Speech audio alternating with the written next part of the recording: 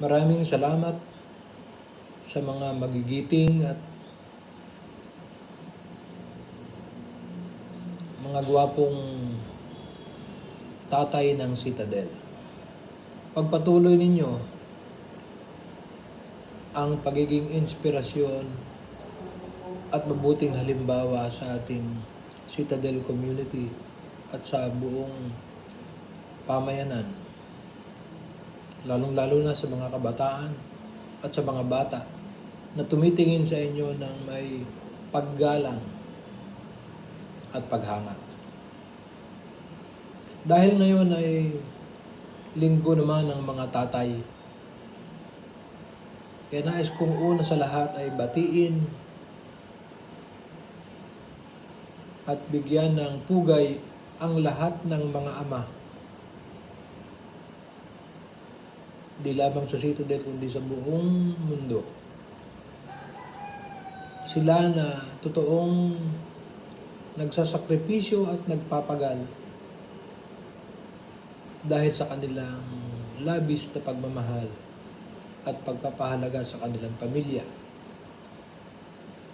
Mga tatay na walang pangalan ngunit totoong nagpupunyagi para maglingkod sa kapwa at para maging daan ng kapayapaan at katuwiran sa pamayanan at sa lipunan. Ngayong araw ng mga tatay, nais kong pagbulay-bulayan at ating bigyan ng pansin ang paalala sa atin ng ating banal na kasulatan kung ano ang mga katangiang dapat taglayin ng mga makadiyos na ama. Ganito ang sabi sa aklat ni Propeta Mikas, Kabanatang 6, talatang 8, Itinuro na niya sa iyo kung ano ang mabuti. Ito ang nais ni Yahweh, maging makatarungan ka sa lahat ng bagay. Patuloy mong mahalin ang iyong kapwa at buong pagpapakumbabang sumunod ka sa iyong Diyos. Unang-una sa lahat, ang isang makadiyos na ama ay nagmamahal ng tapat sa Panginoon. Ganito ang bilin ni Mateo sa Kabanatang 6, talatang 33 ng kanyang Ebanghelyo.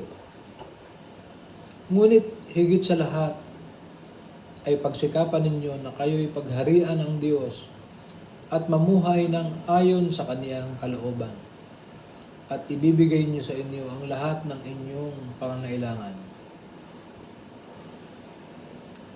Ang pundasyon ng kasiyahan o ng kaligayahan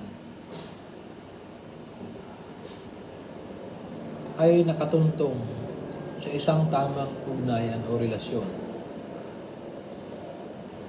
Kung wala tayong tamang relasyon sa Diyos, mahirap isipin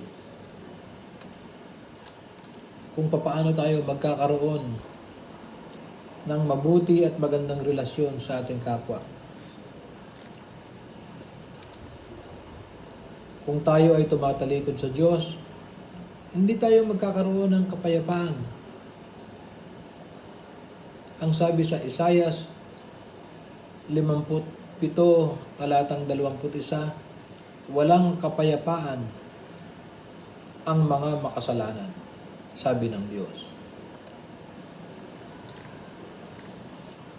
Ikalawang bagay, mga tatay, mga ama,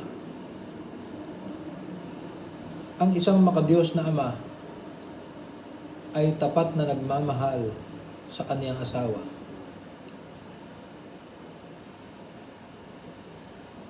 Huwag niyong kakalimutan ang sabi sa Biblia, love one another. Hindi sinasabi sa Biblia na love another one, kundi love one another. not love another one. Ang maraming mga tatay o asawa na lalaki ay tumitingin o naniniwala na ang pagmamahal ay katumbas ng sex. Bagamat masasabi kong yan ay isang importanteng bahagi ng pag-ibig, hindi yan ang lahat. Ang sabi sa Efeso 5:25, mga lalaki, ibigin ninyo ang inyong asawa, gaya naman ni Kristo na umibig sa iglesia at ibinigay ang kanyang sarili dahil sa kanya. Ang tunay na pag-ibig ay naghahangad na matugunan ang lahat ng pangailangan ng kanyang minamahal. Tandaan ninyo mga tatay, pati ako kasama doon, ang ating mga anak ay tumitingin sa atin kung papaano natin tinatrato ang ating mga asawa. Darating ang araw, kanila ring ituturing ang kanilang asawa na katulad ng pagtrato natin sa kanilang ina.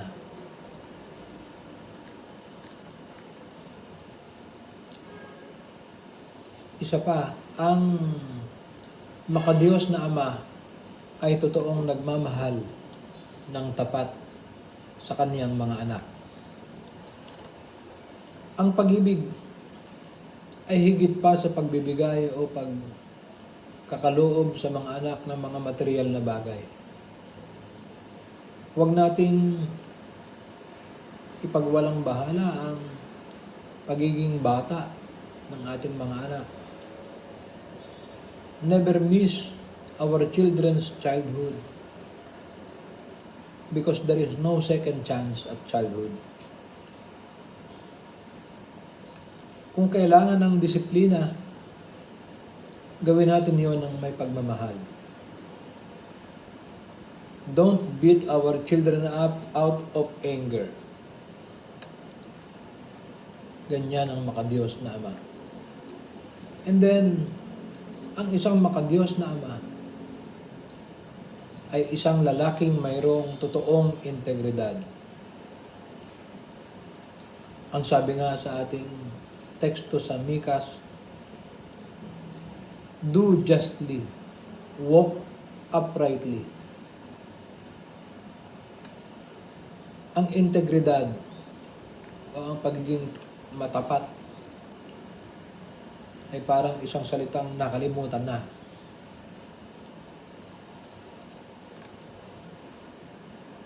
Ang mabuting ama, lalo na yung mga namumuno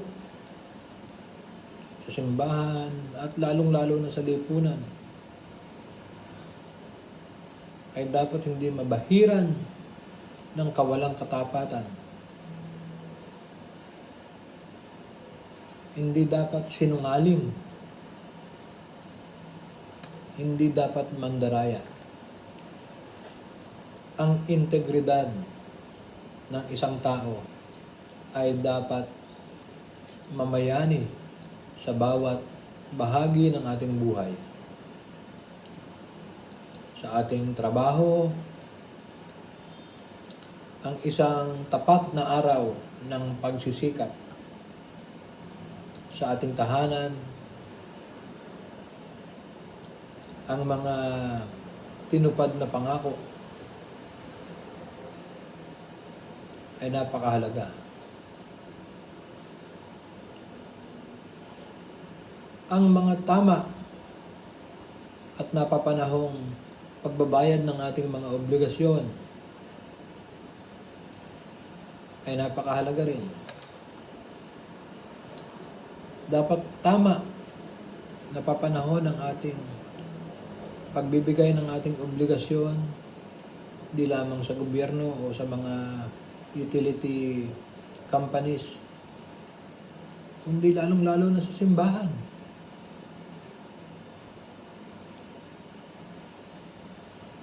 dapat meron tayong commitment to fulfill all our commitments, all our obligations. And then finally, na importante rin, ang isang makadiyos na ama ay dapat maging isang role model sa Diyos. A godly father is a role model of God. Sa mga panahong ito, ang imahe ng mga ama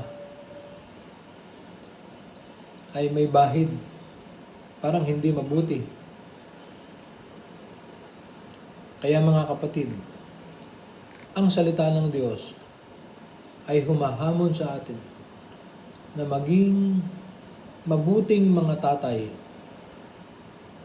ngayon at sa hinaharap. Tandaan natin, ito ang nais ng Diyos sa lahat ng mga tatay. Maging makatarungan sa lahat ng bagay, patuloy na mahalin ang kapwa, at buong pagpapakumbabang sumunod sa ating Diyos. Sa pangalan ng Ama, Anak, at Banal na Espiritu, isang mapagpalang araw ng mga ama sa ating lahat. Amen.